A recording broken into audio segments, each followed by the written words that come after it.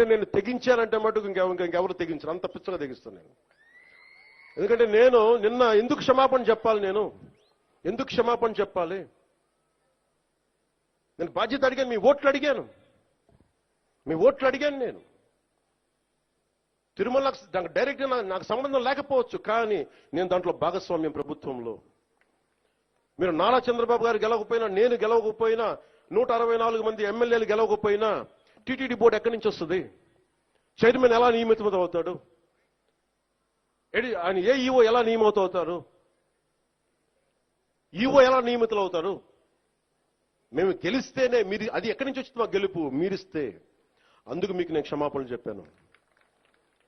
నేను కోరుకునేది ఒకటే, ఎప్పుడో చెయ్యని తప్పుకి జపాన్ లాంటి దేశంలో ప్రధానమంత్రి ఆయన పుట్టక ముందు జరిగిన తప్పుకి ఆయన పార్లమెంట్లో క్షమాపణలు చెప్పాడు. మనం నేర్చుకోవాల్సింది.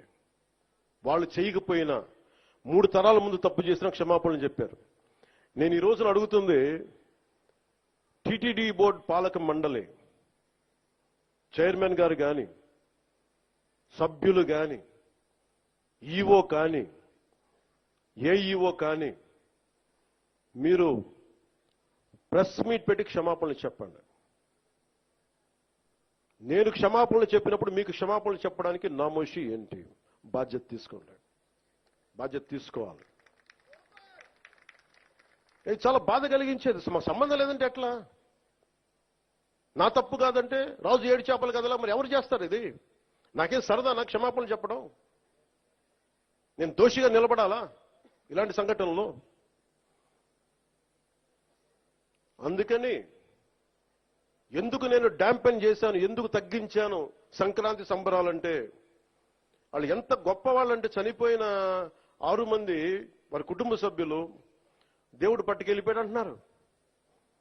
36 మంది గాయపడితే ప్రతి ఒక్కరిని పేరు పేరున పరామర్శిస్తే అందరూ కూడా నలిగిపోయి 100 మంది మీద పడిపోయారు.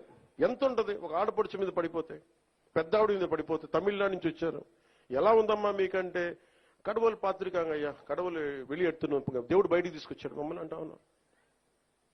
ఎంత పెద్ద మనసుతోటి సరిగ్గా చూసుకోలేదయ్యా మమ్మల్ని, కానీ ఏం చేస్తాం, మా కర్మిలా కాలిన. అది దేశం తాలూకు దౌర్భాగ్యం. ప్రజలు ఇంత బాధ్యత ఇప్పుడు కష్టం వచ్చినప్పుడు ఎంత అద్భుతంగా చెప్పారంటే నాకు కన్నీళ్ళు వచ్చినాయి. నాకు నిన్న కరిగిపోయాను నేను. వీళ్ళ క్షమాపణలు చెప్పదు ఇంకెవరికి క్షమాపణలు చెప్తాం?